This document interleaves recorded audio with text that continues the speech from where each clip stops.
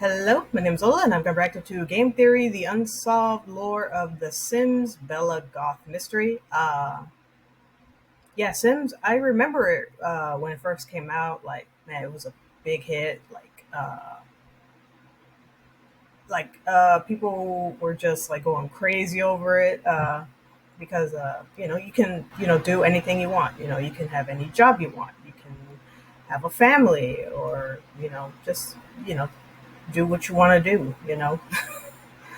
uh, and yeah, I've never heard this Bella Goth mystery thing. But yeah, let's check it out. Might learn something. I don't know.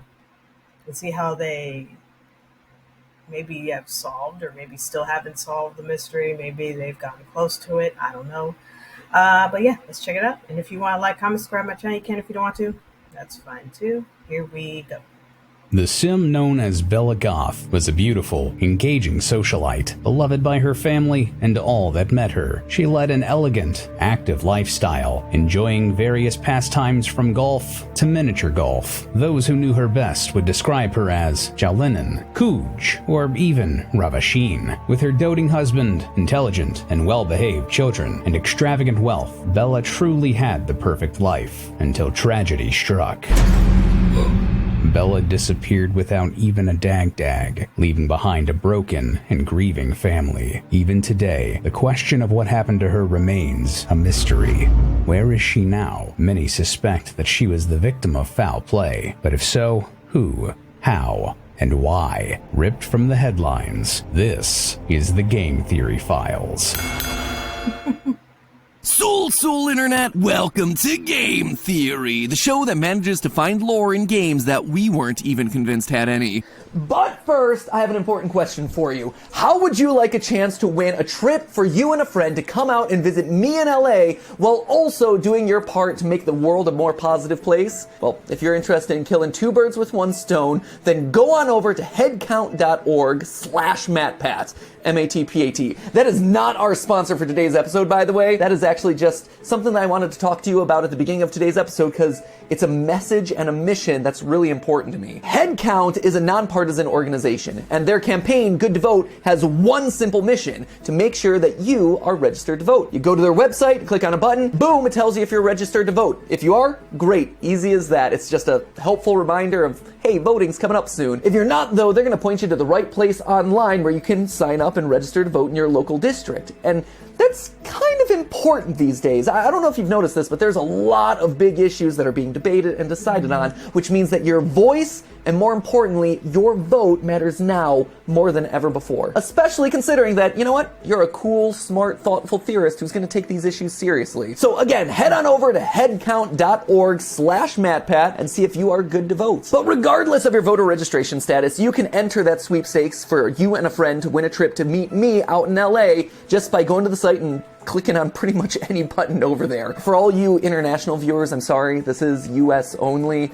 I know, us in the US have a lot to figure out domestically, but don't worry, I'm gonna put my head to the grindstone? That doesn't make any sense. I'm gonna put my head to that grindstone and try to figure out a more global thing in the future. So again, go to headcount.org/MattPat for your chance to enter the sweepstakes and win that travel and hotel for you and a friend to come hang out, because I'm lonely. And so doing giveaways like this gives me a chance to have some friends out there. That'll be nice. At the end of the day, hanging out with a YouTuber that you watch online is a cool prize, but the best prize of all is knowing that you are making a positive difference in the world. So without any more shilling about doing your civic duties, back to the episode. The day has finally come here, theorists. Today we're talking about one of the best-selling franchises of all time. A game series that's managed to sell an eye-watering 200 million copies worldwide, The Sims. The game that literally tells you to unleash your imagination. Given the types of videos that we release on this channel, you can tell that we have some pretty vivid imaginations. So let's just see if your tagline lives up to my high demands, EA. If somehow you have no idea what I'm talking about, The Sims franchise is a collection of games that originated as a spin-off of the SimCity franchise, a real-time management and construction game. Yeah, that was fine. There was nothing inherently wrong with SimCity, but you know, there's only so no hype you can get about city planning. Whoa, look at that sick traffic flow, bro. Public services are off the chain. Damn, that's some fine sewage treatment. Let's just say there's a reason they stopped making those games in 2014, and The Sims are still very much a thing here in 2022. The first game's wildly successful release was the foundation for a video game empire with 4 main games and a wealth of spin-offs like The Sims Online, The Sims Medieval, and The Sims Bustin' Out, which, much to my dismay, was not about Sims busting out of prison. The games tend to be sandbox-style life simulators where players can create the world and stories for themselves, letting their imaginations run free to create impressive mansions, have illicit affairs, painstakingly recreate their beloved family, and then watch them die while making grilled cheese. Or, you know, you can just trap people in glass boxes and then watch them die. Slowly.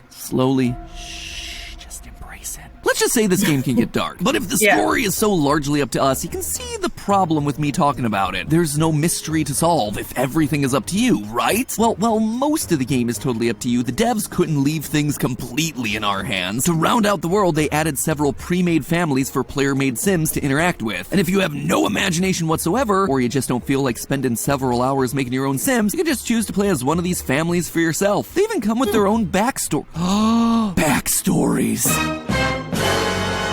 God, and chill, now dude. you see why this game caught our attention. Where there be backstories, there be lore. And wouldn't you know it, there's one family in particular that's surrounded by mystery. Ladies and gentlemen, meet the Goths. The family's composed of Mortimer Goth, Bella Goth, and their 2 children, Cassandra and Alexander. Mortimer Goth is a rather prestigious Sim. He's one of the first settlers of Sunset Valley, the primary setting for Sims 3. And his father was also one of the founders of Pleasant View, one of the primary neighborhoods for Sims 1 and 2. Needless to say, the guy is kind of a big deal. But despite Mortimer's wealth and status, it's his beautiful wife Bella that immediately stole the spotlight. From day one of The Sims, Bella became a firm favorite amongst the fans, and she would stay that way until she mysteriously disappeared. Out of the blue, poof, she was just gone. And not in a, oh, the game designers just didn't include her in the next game sort of way. No, this was baked into the game's canon. When booting up Sims 2 and selecting the Pleasant View neighborhood, players are greeted with information slides that give you a basic backstory for the pre-made Sims. Mortimer Goth has made a fortune. Some newcomers are making trouble, and oh yeah, Bella Goth just disappeared. No explanation, no clear way to bring her back. She's just gone. Now this was weird. Bella and Mortimer even had themselves a daughter, Cassandra. Like, this was an established family unit from the first game, and for some reason a character just disappears with no explanation. With Bella being a crowd favorite, of course the community was devastated. So it's only natural that theorists from far and wide had come together to try and solve the mystery. Unfortunately, no one's ever really been successful. A decade later, and we're still seeing theories pop up all over the place, even on our own subreddit, all providing good leads, but never a final conclusion that the community's been able to agree on. There are always holes that can't be explained away and puzzle pieces that don't fit in properly. However, today is the day that this mystery finally gets laid to rest. I'm gonna take on this gaming cold case and finally get Bella the justice that she deserves. So, what happened to Bella? Was it just a simple case of her leaving her husband and moving to a new neighborhood? Or was it something more sinister? It's time to call our 2 main suspects to the stand, starting first with her very own husband, Mortimer Goth.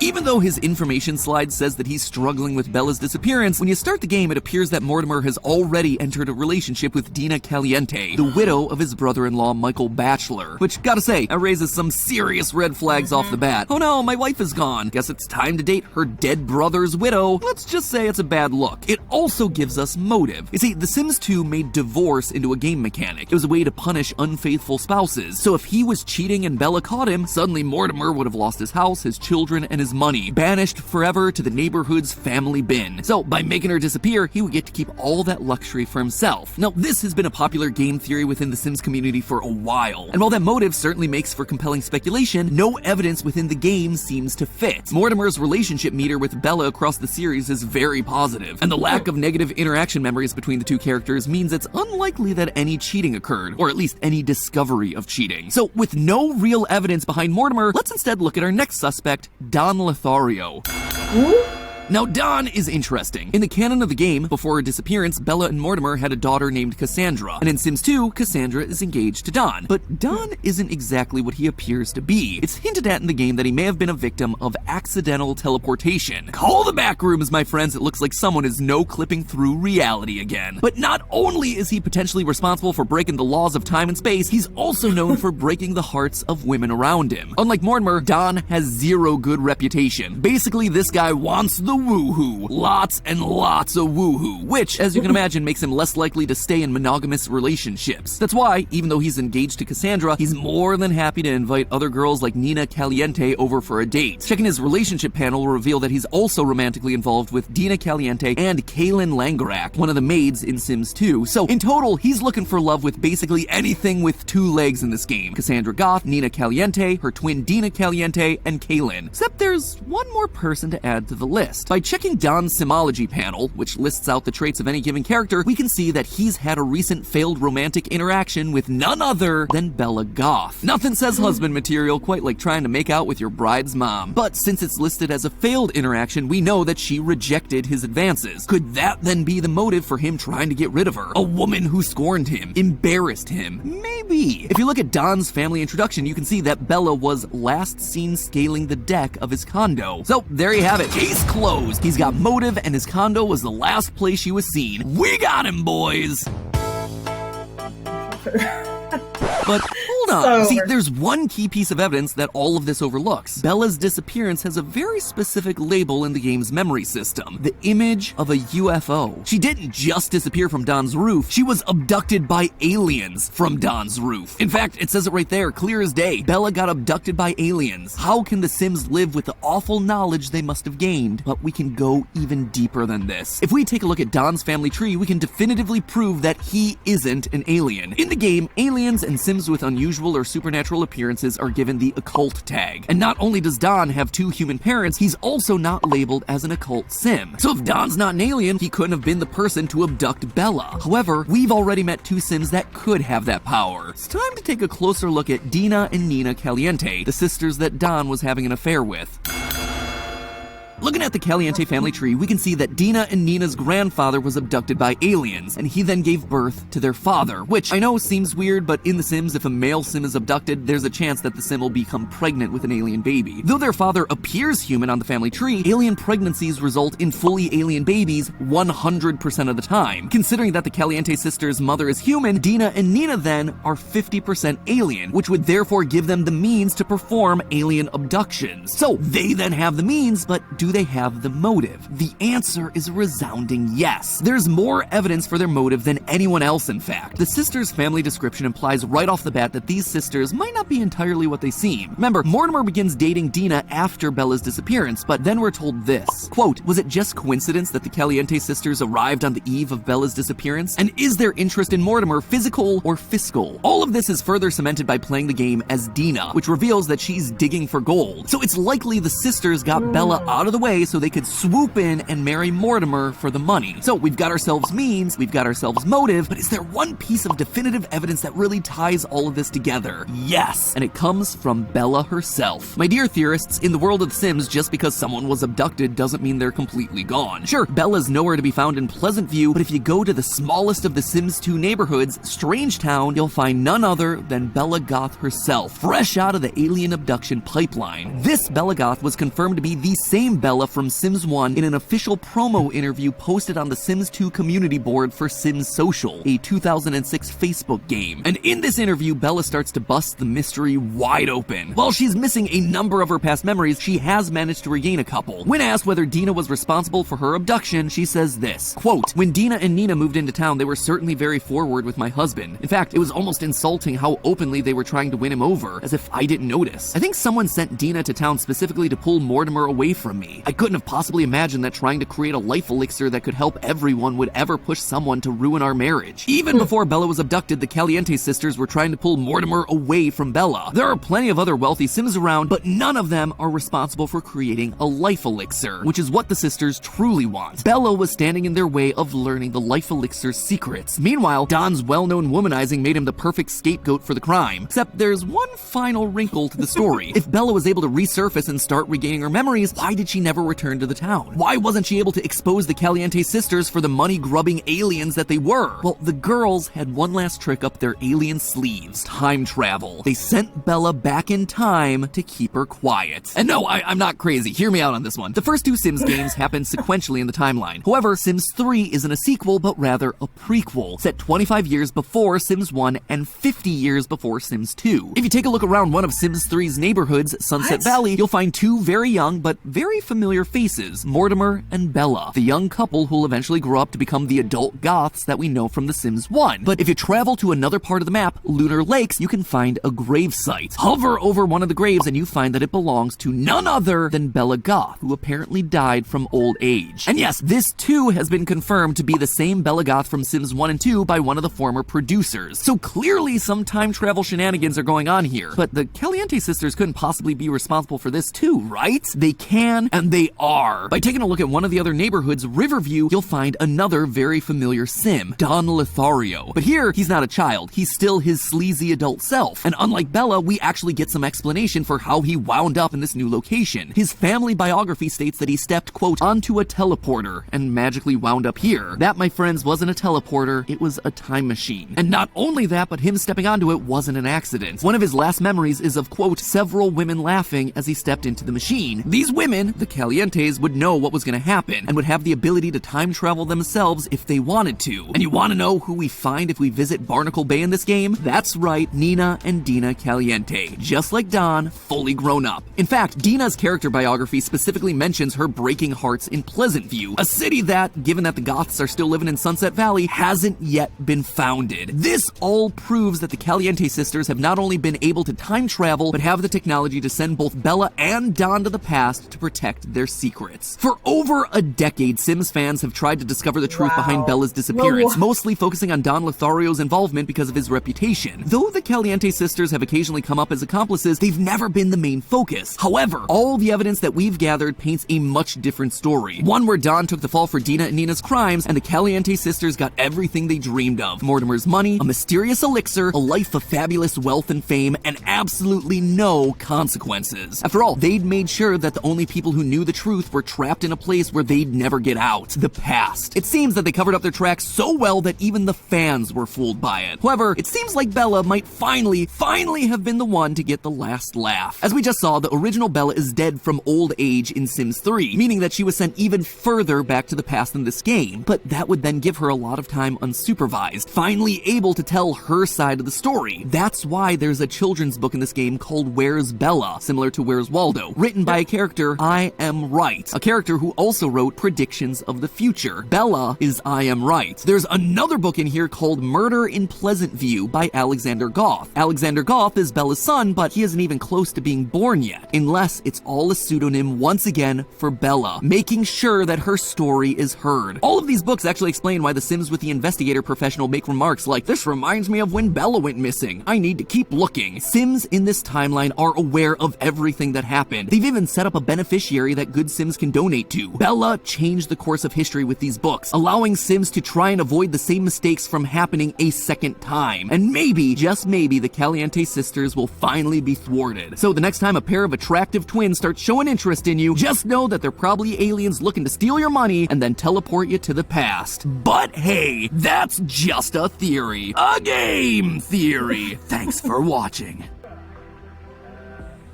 It's pretty funny. That Pat is a sim. That is insane, yo. Like, I did not know about that.